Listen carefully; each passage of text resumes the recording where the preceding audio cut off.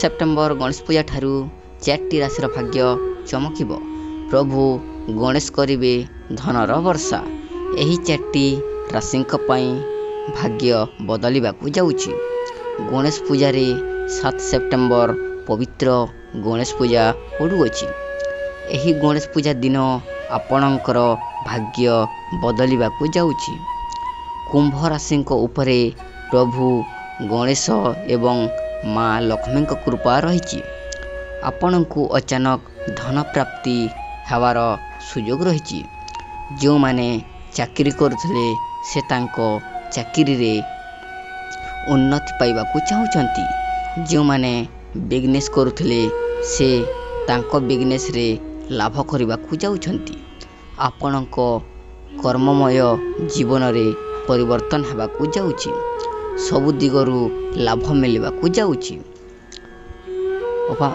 ଅପାଙ୍କ ପ୍ରେମ ଜୀବନରେ ଯଦି କୌଣସି ସମସ୍ୟା ଥିଲା ତାହା ଦୂର ହେବାକୁ ଯାଉଛି।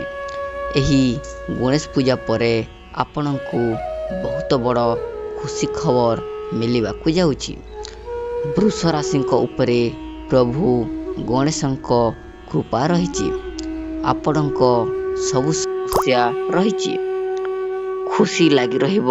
ଯେଉଁମାନେ ବିଜନେସ୍ କରୁଥିଲେ ତାହା ବି ଭଲ ରହିବ। ଆପଣ ନୂଆ ଗାଡ଼ି କିମ୍ବା ନୂଆ ସମ୍ପତ୍ତି କିଣିବାକୁ ଯାଉଛନ୍ତି। ମା ଲକ୍ଷ୍ମୀଙ୍କ କୃପା ଆପଣଙ୍କ ଉପରେ ରହିବାକୁ ଯାଉଛି। ପାଠପଢ଼ା ପ୍ରତି ତାଙ୍କର ମନ ଲାଗି ରହିବ। ଆପଣଙ୍କର ପୂର୍ବରୁ ଯେଉଁ ଶାରୀରିକ ସମସ୍ୟା ଥିଲା ତାହା ମଧ୍ୟ ଦୂର ହେବାକୁ ଯାଉଛି। ଆପଣଙ୍କୁ ଚାକିରି ମଧ୍ୟ ମିଳିବ। ଯେଉଁ ସନ୍ତାନମାନେ ଇଚ୍ଛା ରଖୁଥିଲେ ସେମାନଙ୍କୁ ସନ୍ତାନ ସୁଖ ବି ମିଳିବାକୁ ଯାଉଛି। ଏହି ସମୟରେ କୌଣସି ଧନାତ୍ମକ ସ୍ଥାନକୁ ଯାତ୍ରା କରିପାରନ୍ତି। କନ୍ୟା ରାଶିଙ୍କ ଉପରେ ପ୍ରଭୁ ଗଣେଶଙ୍କର କୃପା ରହିଛି ଏବଂ ମା ଲକ୍ଷ୍ମୀଙ୍କ କୃପା ମିଳିବାକୁ ଯାଉଛି। ଆପଣ ଯଦି କାହାଠାରୁ ପଇସା କିଛି ନେଇଛନ୍ତି ତାହା ଫେରାଇ ଦେବାକୁ ଯାଉଛନ୍ତି। ଆପଣଙ୍କର ମନ ଖୁସି ରହିବ। କେତେକ ସ୍ଥାନରେ ଆପଣ ସଫଳ ହେବେ। ଆପଣଙ୍କର ସବୁ ସମସ୍ୟା ରହିଛି। ଖୁସି ଲାଗି ରହିବ। ଯେଉଁମାନେ ବିଜନେସ୍ କରୁଥିଲେ ତାହା ବି ଭଲ ରହିବ। ଆପଣ ନୂଆ ସମ୍ପତ୍ତି କିଣିବାକୁ ଯାଉଛନ୍ତି। ମା ଲକ୍ଷ୍ମୀଙ୍କ କୃପା ଆପଣଙ୍କ ଉପରେ ରହିବାକୁ ଯାଉଛି। ପାଠପଢ଼ା ପ୍ରତି ତାଙ୍କର ମନ ଲାଗିବ। ଆପଣଙ୍କର ପୂର୍ବରୁ ଯେଉଁ ଶାରୀରିକ ସମସ୍ୟା ସବୁ ଥିଲା ତାହା ମଧ୍ୟ ଦୂର ହେବାକୁ ଯାଉଛି। ଆପଣଙ୍କୁ ଚାକିରି ମଧ୍ୟ ମିଳିବ। ଯେଉଁ ସନ୍ତାନମାନ ପାଇଁ ଇଚ୍ଛା ରଖିଥିଲେ ସେମାନଙ୍କୁ ସନ୍ତାନ ସୁଖ ବି ପ୍ରାପ୍ତି ହୋଇଯିବ। ଏହି ସମୟରେ କୌଣସି ଧନାତ୍ମକ ସ୍ଥାନକୁ ଯାତ୍ରା କରିପାରନ୍ତି। ଆପଣଙ୍କର ମନ ଖୁସି ରହିବ।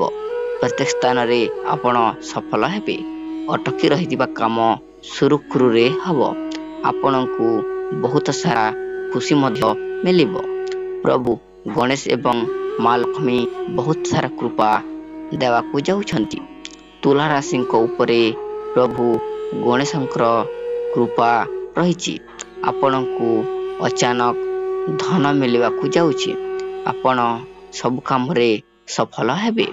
ଯେଉଁମାନେ ବେରୋଜଗାର ଥିଲେ ତାଙ୍କୁ ତାଙ୍କ ମନ ପସନ୍ଦର ଚାକିରି ମଧ୍ୟ ମିଳିବ। ଅଟକି ରହିଥିବା କାମ ଗୁଡ଼ିକ ସବୁ ସୁରୁଖୁରୁରେ ସମାପ୍ତ ହେବ। ଯଦି ଆପଣଙ୍କର କୋର୍ଟ କଚେରୀ ମାମଲା ଚାଲିଥିଲା ତାହା ବି ସୁରୁଖୁରୁରେ ହେବ। ଦର୍ଶକ ବନ୍ଧୁ, ଆପଣଙ୍କୁ ସନ୍ତାନ ସୁଖ ବି ମିଳିବାକୁ ଯାଉଛି। ପ୍ରେମ ଜୀବନରେ କିଛି ସମସ୍ୟା ଚାଲୁଥିଲା ତାହା ବି ଦୂର ହେବ। ଆପଣ ଦୁଇ ଜଣଙ୍କ ଭିତରେ ସବୁ କିଛି ଭଲ ହେବ।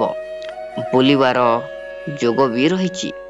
ମୀନ ରାଶିଙ୍କ ଉପରେ ପ୍ରଭୁ ଗଣେଶଙ୍କର କୃପା ରହିଛି। ମା ଲକ୍ଷ୍ମୀଙ୍କ କୃପାରୁ ଆପଣ ନୂଆ ଗାଡ଼ି କିମ୍ବା ସମ୍ପତ୍ତି କିଣିବାକୁ ଯାଉଛନ୍ତି। ଆପଣ ପାଠ ପଢ଼ାରେ ବହୁତ ଆଗକୁ ଯିବେ। ପାଠ ପଢ଼ା ପ୍ରତି ତାଙ୍କର ମନ ଲାଗି ରହିବ। ଆଗରୁ ଯେଉଁ ଶାରୀରିକ ସମସ୍ୟା ଥିଲା ତାହା ଦୂର ହୋଇଯିବ। ଯେଉଁମାନେ ବିଜନେସ୍ କରୁଥିଲେ ତାଙ୍କ ବିଜନେସ୍ରେ ଭଲ ଲାଭ ମିଳିବ। ଆପଣଙ୍କ ଘରେ ପରିବାରରେ ଆପଣଙ୍କର ସୁଖ ଶାନ୍ତି ରହିବ। ପ୍ରଭୁ ଗଣେଶ ଏବଂ ମା ଲକ୍ଷ୍ମୀ ବହୁତ ସାରା କୃପା ଦେବାକୁ ଯାଉଛନ୍ତି। ଦର୍ଶକ ବନ୍ଧୁ, ପ୍ରଭୁ ଗଣେଶଙ୍କର କୃପା ରହିଛି ଏବଂ ମା ଲକ୍ଷ୍ମୀଙ୍କ କୃପା ମିଳିବାକୁ ଯାଉଛି। ଆପଣ ଯଦି କାହାଠାରୁ ପଇସା କିଛି ନେଇଛନ୍ତି ତାହା ଫେରାଇ ଦେବାକୁ ଯାଉଛନ୍ତି। ଆପଣଙ୍କର ମନ ଖୁସି ରହିବ। ପ୍ରତ୍ୟେକ ସ୍ଥାନରେ ଆପଣ ସଫଳ ହେବେ। ଅଟକି ରହିଥିବା କାମ ସୁରୁଖୁରୁରେ ହେବ। ଆପଣଙ୍କୁ ବହୁତ ସାରା ଖୁସି ମଧ୍ୟ ମିଳିବାକୁ ଯାଉଛି। ପ୍ରଭୁ ଗଣେଶ ଏବଂ ମା ଲକ୍ଷ୍ମୀ ବହୁତ ସାରା କୃପା ଦେବାକୁ ଯାଉଛନ୍ତି। ଆପଣଙ୍କୁ ଅଚାନକ ଧନ ମିଳିବାକୁ ଯାଉଛି। ଆପଣ ସବୁ କାମରେ ସଫଳ ହେବେ। ଯେଉଁମାନେ ବେରୋଜଗାର ଥିଲେ ତାଙ୍କୁ ତାଙ୍କ ମନପସନ୍ଦର ଚାକିରି ମଧ୍ୟ ମିଳିବାକୁ ଯାଉଛି। ଆପଣଙ୍କୁ ସବୁ ସମସ୍ୟା ରହିଛି ଖୁସି ଲାଗି ରହିବ। ଯେଉଁମାନେ ବିଜନେସ୍ କରୁଥିଲେ ତାହା ବି ଭଲ ରହିବ। ଆପଣ ନୂଆ ଗାଡ଼ି କିଣିବାକୁ ଯାଉଛନ୍ତି। ମା ଲକ୍ଷ୍ମୀଙ୍କ କୃପା ଆପଣଙ୍କ ଉପରେ ରହିବାକୁ ଯାଉଛି। ପାଠ ପଢ଼ା ପ୍ରତି ତାଙ୍କର ମନ ଲାଗି ରହିବ। ଆପଣଙ୍କ ପୂର୍ବରୁ ଯେଉଁ ଶାରୀରିକ ସମସ୍ୟା ଥିଲା ତାହା ମଧ୍ୟ ଦୂର ହେବାକୁ ଯାଉଛି। ଆପଣଙ୍କୁ ଚାକିରି ମଧ୍ୟ ମିଳିବ। ଏହି ଗଣେଶ ପୂଜା ଦିନ ଆପଣଙ୍କର ଭାଗ୍ୟ ବଦଳିବାକୁ ଯାଉଛି। କୁମ୍ଭ ରାଶିଙ୍କ ଉପରେ ପ୍ରଭୁ ଗଣେଶ ଏବଂ ମା ଲକ୍ଷ୍ମୀ କୃପା ରହିଛି। ଆପଣଙ୍କୁ ଅଚାନକ ଧନ ପ୍ରାପ୍ତି ହେବାର ସୁଯୋଗ ମଧ୍ୟ ରହିଛି। ଯେଉଁମାନେ ଚାକିରି କରୁଥିଲେ ସେ ତାଙ୍କ ଚାକିରିରେ ଉନ୍ନତି ପାଇବାକୁ ଚାହୁଁଛନ୍ତି। ଯେଉଁମାନେ ବିଜନେସ୍ କରୁଥିଲେ ତାଙ୍କ ବିଜନେସ୍ରେ ମଧ୍ୟ ବହୁତ ଲାଭ ହେବାକୁ ଯାଉଛି। ଆପଣଙ୍କର କର୍ମମୟ ଜୀବନରେ ପରିବର୍ତ୍ତନ ହେବାକୁ ଯାଉଛି। ସବୁ ଦିଗରୁ ଆପଣଙ୍କୁ ଲାଭ ମିଳିବାକୁ ଯାଉଛି। ଏହି ଗଣେଶ ପୂଜା ପରେ ଆପଣଙ୍କୁ ବହୁତ ବଡ଼ ଖୁସି ଖବର ମିଳିବାକୁ ଯାଉଛି। ଆପଣଙ୍କର ସବୁ ସମସ୍ୟା ସବୁ ଠିକ୍ ହୋଇଯିବ। ଖୁସି ଲାଗି ରହିବ। ଯେଉଁମାନେ ବିଜନେସ୍ କରୁଥିଲେ ତାହା ବି ମଧ୍ୟ ଭଲ ରହିବ। ନମସ୍କାର।